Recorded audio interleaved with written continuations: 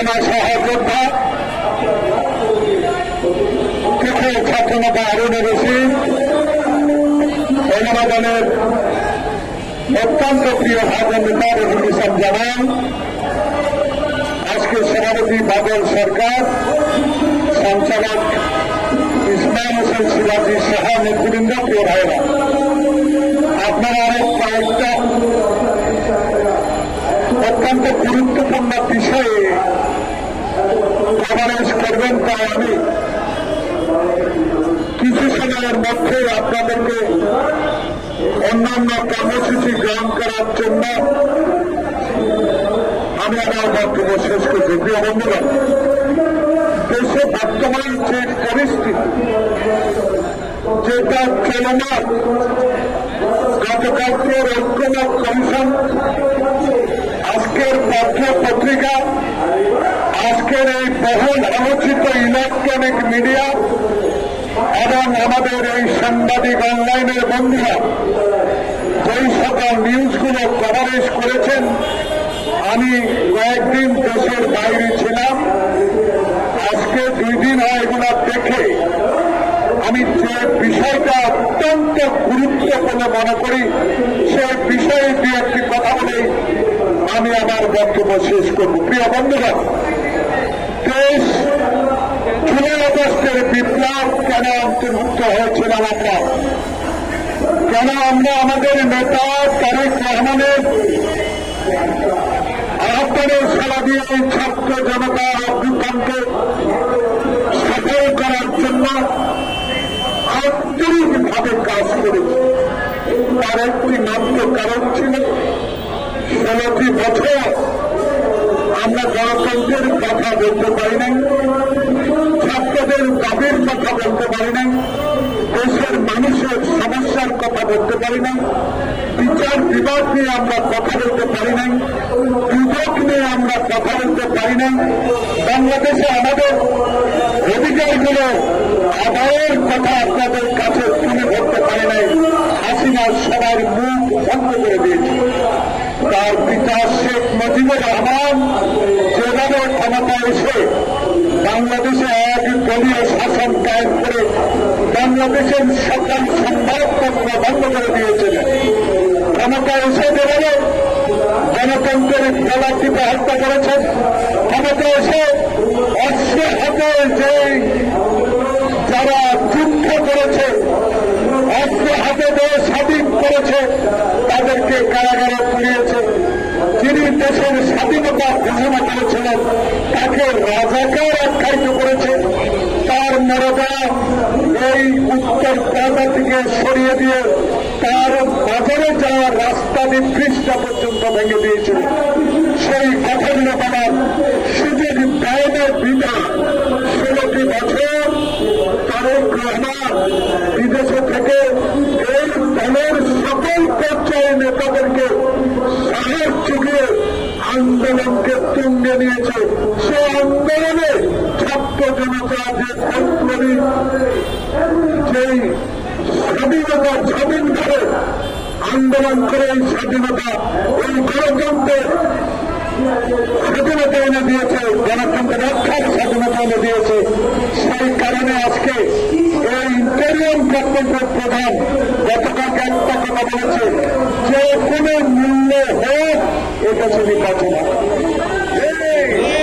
তাহলে আমরা আমাকে জানিয়ে দিতে চাই, সীমাহীন সমর্থন আপনাকে দিই নয়, সীমিত সময় দেওয়া হয়েছে। সেই সীমিত সময়ের মধ্যে আপনি ফেব্রুয়ারি মাসের প্রথম সপ্তাহে নির্বাচন দিবেন। সেই নির্বাচনের জন্য এখনো আপনি প্রতিশ্রুতিবদ্ধ, কিন্তু কি দেখতে পাচ্ছি অনলাইন পত্রিকা, ইলেকট্রনিক মিডিয়া, অমুকের মার্কা না দিলে নির্বাচনে যাবে না, অমুক পদ্ধতি কায়েম না হলে নির্বাচন করবে না, অমুক বিষয়ে যদি সংসদ নির্বাচনের আগে নির্বাচন গণভোট না দিলে নির্বাচন অংশগ্রহণ করবে না। বন্ধুগণ, যারা এই সকল কথা বলেন, আপনাদের রাজনৈতিক নেতাদের প্রতি আমার সম্মান আছে, আপনাদের প্রতি আমার সম্মান আছে, কারণ আপনারা হাসিনা বিরোধী আন্দোলনে এই শেরবাজারকে বিজয়ের আন্দোলনে যে অভূতপূর্ব সাহস জুগিয়েছেন, বিএনপিকে সহায়তা করেছেন। আজকে আপনাদের বিষয়ে আমি এটুকু বলতে চাই, প্রিয় বন্ধুগণ, দেশকে যদি ভালোবাসেন, দেশের মানুষকে যদি ভালোবাসেন, আর নির্বাচিত সরকারকে একদিনের বেশি আর ক্ষমতা রাখার দরকার নাই।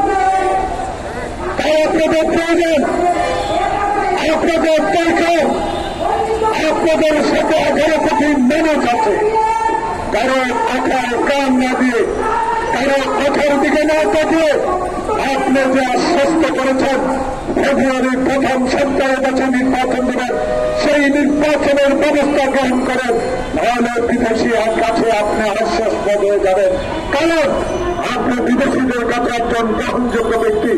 আপনার সমালোচনা আমরা করি না, করতে চাই না, কিন্তু বাংলাদেশে এই নির্বাচনের 3 মাস আগে যে অবস্থা পরিলক্ষিত হচ্ছে, যে অবস্থা সৃষ্টি করতে চাচ্ছে নির্বাচনকে ব্যাহত করার জন্য, সে বিষয়ে আমরা কিন্তু ছোট দল নয়, আমরা শহীদদের আদর্শের দল।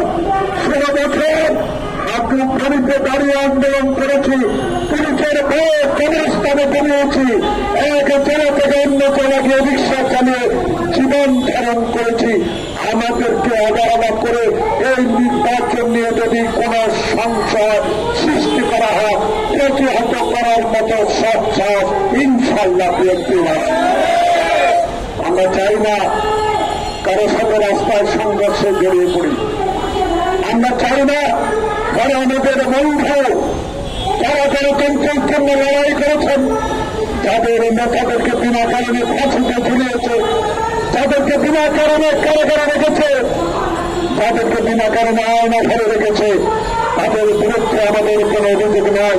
কিন্তু একটা অনুরোধ, এরপরে যারা বাংলার এই পদদেশ থেকে আপনাদের কাছে অনুরোধ জানাবে, দেশে যখন নির্বাচনের প্রস্তুতি চলছে, সারা বাংলাদেশের চা দোকানে, গ্রামে, কেন্দ্রে, পৌরসভা, বিভাগে, শহরে যখন একটি কথা হচ্ছে ফেব্রুয়ারি মাসে 16 বছর পর আমার ভোট আমি দিব, সেই ভোটটা যেন নষ্ট না হয়, সেই ভোটটা যেন কারণে না করতে পারে, সেই বিষয়ে যদি কোন রকম শঙ্কা তৈরির জন্য আপনাদের উপর মানুষ দোষারোপ করতে না পারে, সেই দিকে লক্ষ্য রাখবেন। প্রিয় বন্ধুগণ, আজকে এই 11 বাংলাদেশ থেকে সরকারের কাছে অনুরোধ জানাবেন, আসেন সালাউদ্দিন সাহেব গতকালকে যে আগামী একটা সুন্দর বক্তব্য উপস্থাপন করেছে, যে বক্তব্যের মধ্যে দিয়ে বাংলাদেশের মানুষকে সালাউদ্দিন বিএনপির পক্ষ থেকে বুঝিয়ে দিতে পেরেছে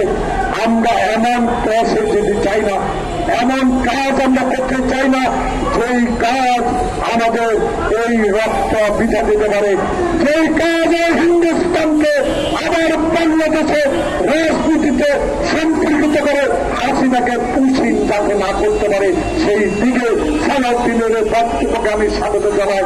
তাই অনুরোধ জানাবো, এখন সংসদ নির্বাচন করি, বিদেশিদের কাছে আমরা আমাদের গ্রহণযোগ্যতার অর্জন করি, এবং যারা 16 বছর আইন ঘর বানিয়েছে, খুন করেছে, আমার সক্রিয় মিলে থেকে যারা খুন করেছে, তাদের কজনকে গ্রেপ্তার করতে পেরেছেন সরকার 1 বছর 4 মাস।